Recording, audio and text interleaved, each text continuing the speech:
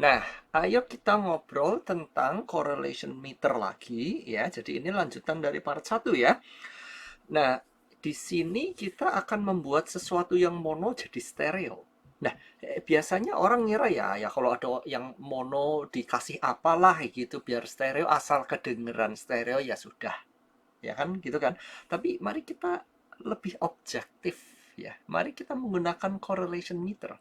Ya, jadi ini span ya, ini correlation meternya span total secara total, dan ini adalah correlation meter dari correlometer yang dilihat secara frekuensi ya, dibagi secara frekuensi. Mari kita lihat ini gitar listrik ya. Ini ada gitar listrik pergi ke grup ini ya, pergi ke grup yang ini di mute ini nanti ya. Nah, ya kalau dimainkan, nah namanya juga sinyal mono ya, cuma terlihat satu, ya kan, di sininya satu, correlation meternya satu, dan hampir di semua frekuensi ya semuanya jadi satu, karena karena sinyal mono itu artinya speaker kiri dan kanan mengeluarkan suara yang sama. Udah gitu aja, nggak ada yang lain-lain lagi. Ya, nah sekarang mari kita buat stereo. Gimana cara membuat stereo? Orang bilang, Hadi itu tolong dong, apa ada rekaman mono nih, tolong dibuat stereo dong. Gimana ya cara gampangnya? Cara gampangnya tambahin reverb. Udah gitu aja. Nah ini ya, ini reverbnya UAD EMT 140 ya. Ini salah satu reverb favorit saya. Saya menggunakan panjangnya 2,5 detik ya kan, width-nya 100%, maksudnya stereo ya, stereo. Dan mari kita buat 50% deh, 50 maaf ya, ini bukan pakai send ya, ini jadi gitar listriknya saya masukkan ke grup ya kan, lalu di grup ini saya pasang reverb ini. Nah, mari kita lihat ya, sekarang reverbnya ini saya set ke dry dulu ya. Saya set ke dry, jadi tidak ada reverb dulu ya. Kita lihat apa adanya dulu. Jadi kalau tidak ada reverb ya jelas satu ya kan. Tapi begitu saya tambahkan reverb, namanya stereo reverb ya pasti kan. Nah, mengurangi korelasi meter, kurang dari plus satu tapi masih di atas nol. Ya kan, masih di atas nol. Gitu ya. Apa yang terjadi sih? Ya, sekarang pikir aja, reverb itu kan pantulan ruangan sebenarnya ya kan. Kalau kita pergi ke sebuah ruangan dan ruangannya itu menggema, menggaung, banyak apa ya, waktu dengungnya kayak gitu kan, jelas telinga kiri kita mendengarkan pantulan-pantulan suaranya itu berbeda dengan yang di sebelah kanan. Gitu ya. Jadi reverb yang baik yang bisa memberi suatu sound image yang lebar gitu ya pasti kiri dan kanannya harus beda gitu ya. Jadi ketambahan sesuatu yang berbeda di antara speaker kiri dan kanan gitu ya. Padahal sinyalnya mono ya, sinyalnya mono loh ya ini. Ya. Nah, sekarang mari kita perhatikan gimana kalau kita dengarkan reverbnya saja, jadi wet ya. Kita dengarkan reverbnya saja. Mari kita lihat reverb ini itu ya. Saya suka reverb ini ya. Yang buat saya suka ini reverb ini kerasa gede gitu ya. Reverb ini kerasa gede. Kenapa? Mari kita play. Mari kita play. Nah, correlation meternya itu ya di nol itu naik turun, naik turun ya. Jadi sekali lagi ya, ini wet ya, 100% wet, tidak ada direct soundnya ya, tidak ada dry soundnya ya. Malah kadang itu minus seperti ini gitu ya, minus mendekati minus setengah lagi gitu ya. Jadi reverb ini menghasilkan sinyal baru yang banyak berbeda antara kiri dan kanan. Udah gitu aja. Nah, mari kita lihat apa yang terjadi kalau saya jadikan mono ya. Kalau jadikan mono, reverbnya jadi mono. Lihat saja ini. Kalau jadi mono, apa yang terjadi? Korelasi meternya menjadi satu. Nah, gitu ya. Jadi dua sinyal yang berbeda tadi dijumlah gitu ya, dijumlah ya jadinya begitu, jadi satu. Ya kan kan. Nah, kalau 100% artinya apa? Berbeda, kiri kanan berbeda, lebih stereo. Ini kan stereo width kan lebar stereonya ya gitu ya. Jadi kalau kita mau sesuatu yang stereo dan lebar, ya kiri dan kanan harus berbeda. Udah gitu aja. Secara sederhana aja ya. Logikanya begitu. Jadi sekarang mari kita perhatikan ya apa yang terjadi kalau uh, sinyal ini ya dari dry saya naikkan pelan-pelan misalnya ke sini gitu ya. Jadi ditambahin sinyal berbeda gitu kan. Ibaratnya ditambahin sinyal left right berbeda, pasti nanti korelasi meternya berturun sedikit. Nah, kalau semakin mendekati antara sinyal dry atau direct sound dan sinyal wet atau reverbnya itu mendekati sama, nanti korelasinya pasti lebih drop lagi gitu ya. Mari kita lihat. Jadi kalau dry saja sekali lagi ya namanya monosignal ya. Nah, terus ditambahin sedikit reverbnya. Ditambahin sedikit reverb tuh kan ada yang berbeda gitu ya. Nah, yang berbeda itu di frekuensi berapa aja bisa kelihatan dari sini nah. Ya. Gitu ya. Terus tambahin lagi deh, tambahin lagi. Tuh. Ya, jadi ini reverb ini banyak menghasilkan sesuatu yang berbeda di daerah sini nih ya, di daerah berapa itu 500 Hz ya. 500 Hz. Mari kita tambahkan lagi ya. Mari kita tambahkan lagi sampai 50 nih ya. Nah, lebih berkurang. Lebih berkurang.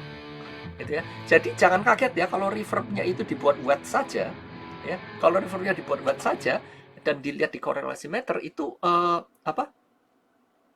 korelasinya itu rendah atau nol. Nol itu artinya stereo gitu ya, stereo.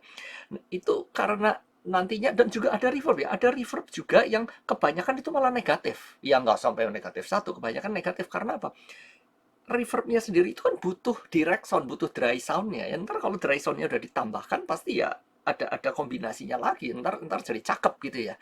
Eh, nol ini bukan berarti bermasalah ya. Korelasi meter secara sederhana sekali lagi ya, satu itu banyak yang sama kiri kanan atau sama plug gitu ya.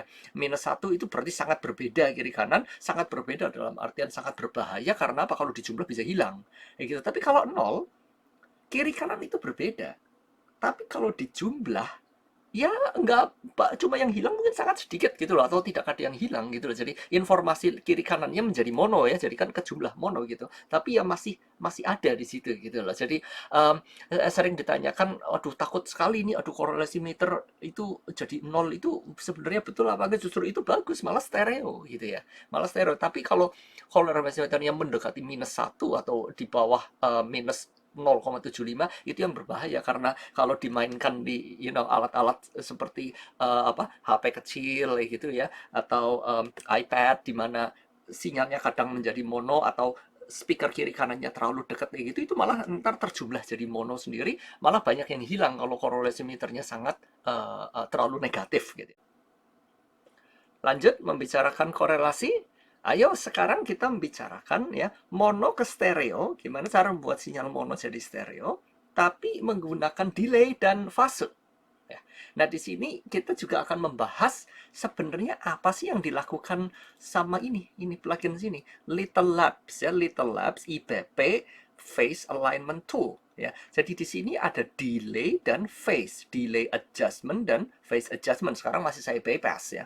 Ini saya masukkan, tapi ini masih bypass ya. Ini kan ada ada tombolnya nih ya. Saya bypass ini. Jadi sekarang ini gitar listrik saya geser ke kiri, gitar listrik duplikat, jadi duplikatnya saya geser ke kanan. Ininya masih saya bypass ya. Kalau bypass ya semuanya masih satu plus satu kan mono. Sekali lagi sinyal yang sama di kiri, sinyal yang sama di kanan, otak kita memikirkan oh ada sinyal yang sama tuh di antara telinga kiri dan kanan dan image-nya ya di tengah gitu ya. Simple, sederhana. Sekarang mari kita lihat delay adjustment. Saya akan masukkan delaynya dan dari nol ya. Kalau nol ya sekali lagi kiri sama kanan sama. Sekarang gini, apa sih delay? Delay itu penundaan. Jadi yang sinyal ini ditunda sedikit gitu loh, dilambatkan sedikit. Startnya, mulainya itu lebih lambat. Saya akan lambatkan sampai 2 mili detik ya. 2 mili detik sedikit sekali. 2 mili detik. Tapi apa efeknya terhadap pendengaran kita? Apa efeknya terhadap korelasi meter? Sekali lagi, kita ingin membuat sesuatu yang stereo. Kan stereo artinya kiri sama kanan harus berbeda. Sekarang ini dua sinyalnya sama. Gitu ya, dua sinyalnya sama. Gimana cara kita mengurangi korelasi meternya ini supaya nggak plus satu gitu ya. Itu kan berarti less mono gitu ya ibaratnya lah ya. Gitu. Oke, yuk kita lihat apa yang terjadi kalau saya tambahkan delay di sebelah kanan ini ya, sebelah kanan di gitar listrik duplikat ke kanan ini sebanyak 2 mili detik.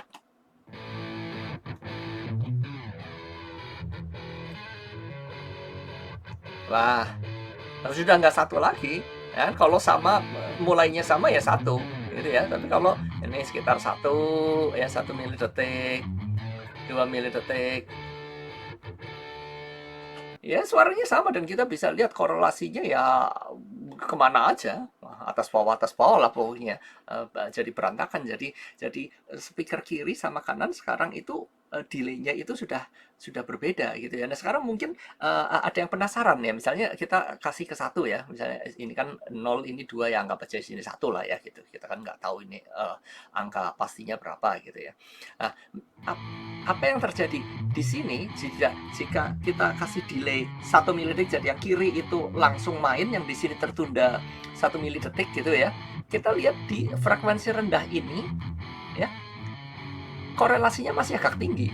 Jadi bisa dibicarakan dengan delay 1 milidetik di sebelah kanan, ya, di bawah frekuensi di bawah 200 Hz ini masih banyak yang sama. Sebentar, ini ada kemungkinan juga karena sinyal ini tidak punya banyak kesamaan di frekuensi bawah itu juga ya. Jadi dengan menggunakan correlation meter, kita bisa melihat seberapa stereo sih gitu ya. Kalau kita kepingin membuat semakin stereo dengan delay, dengan menggunakan delay, berarti kita kepingin nggak banyak yang positif. Yang positifnya jangan terlalu banyak. Sekarang kita mari kita lihat lokasi di mana positifnya mulai berkurang.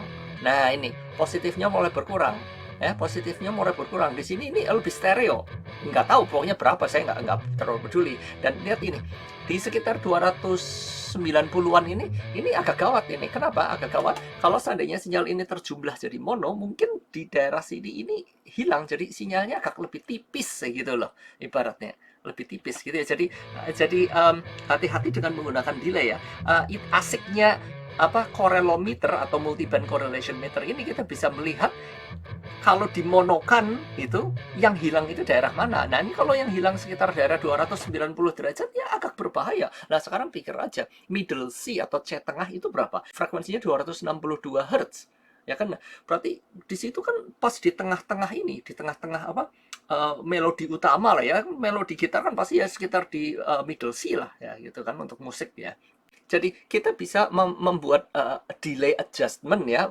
Ini sih cuma sampai 4 milidetik saja ya. Kita bisa membuat delay adjustment lebih lagi, terutama bisa untuk membuat mono jadi stereo. Delay adjustment satu channelnya itu bisa sampai up to sampai dengan 20 milidetik lah, itu masih aman ya gitu. Tapi kalau udah di atas 20 milidetik mungkin ada masalah lain lagi.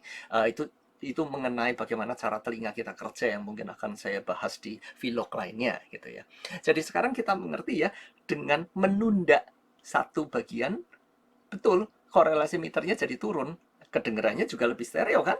Ya kan? Cuma hati-hati saja kita harus menggunakan correlometer karena siapa tahu kalau pas negatifnya itu di sekitar 200 Hz itu bisa bahaya karena itu adalah ya di middle C, di C tengah gitu ya. Bisa kalau dijadikan mono ntar bisa jadi lebih cempreng, jadi nggak punya body gitarnya gitu ya. Masih mending kalau cancellationnya agak tinggi frekuensinya mungkin masih oke lah gitu untuk mononya gitu ya. Sekali lagi, hal-hal seperti ini itu tidak semua orang pasti harus menggunakan, namun ada saatnya di mana Anda harus menggunakan correlometer mungkin, atau mungkin ada saat di mana Anda, aduh kok selalu ada yang hilang, ada apa ya, bagaimana cara kita membuat suatu pengukuran objektif terhadap persamaan kiri dan kanan. Nah, inilah correlometer itu salah satunya ya, salah satunya. Sekarang mari kita lihat phase adjustment ya. Sekarang saya mau bypass delay-nya. Sekarang saya mau lihat phase adjustment. Sebenarnya ini Little Lab ngapain sih gitu ya. Sekali lagi ini kan dua buah sinyal yang sama, satu ke kiri satu ke kanan ya. Kalau saya masukkan 0 dan ini phase adjustment-nya saya buat 180 derajat. Ini saya klik, kalau klik kan 180 derajat. Remember ya, ingat kalau 180 derajat semuanya berarti kan terbalik, jadi minus 1. Ya, tapi sebenarnya apa yang ini lakukan? Yang ini itu melakukan apa gitu ya? Mari kita lihat ya. Nah, di sini kita bisa lihat ternyata nggak membalik. Kalau membalik, kalau ada yang terbalik itu pasti jadi minus 1. Sekarang mari kita tambahkan. Wah, frekuensi tingginya jadi banyak minus 1. Kalau kita jadikan seperti ini, maaf saya nyalakan lagi. Ya. Jadi ternyata knob ini untuk mengatur frekuensi mana yang menjadi 180 derajat ini, gitu ya. Gitu. Kalau di tengah-tengah ya begitu, ya. Kalau di tengah-tengah begitu. Jadi memang Little Labs ini ya muter fase, melintir lah ya, melintir fase gitu. Jadi apa yang kita dengarkan, ya. Ini tools yang asik, contohnya seperti ini ya.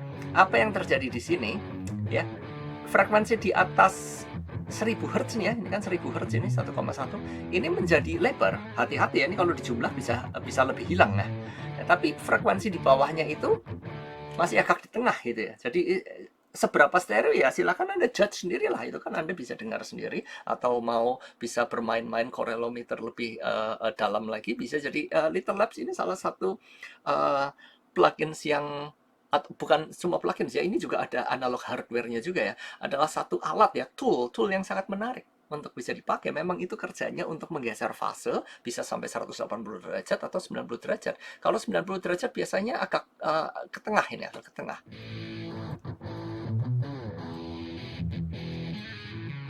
Nah, itu ya. Ya, ini melihat ya ini menarik ya. High frekuensinya menjadi mono, tapi low frekuensinya jadi lebih lebar. Gitu.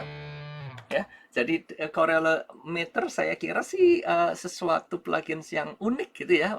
Gimana cara kita ngakali low frekuensinya supaya lebar, high frekuensinya tetap di tengah, ya bisa saja dengan bantuan Little Labs dan bantuan kita melihat hasilnya di sini. Kadang telinga kan agak susah ya untuk mendengarkan mana yang mana gitu loh ya. Tapi sekali lagi hati-hati ya, monocompatibility ya. Jadi kalau sampai ke jumlah kayak gitu, kalau ada yang negatif itu, ntar bisa hilang di bagian frekuensi itu gitu loh.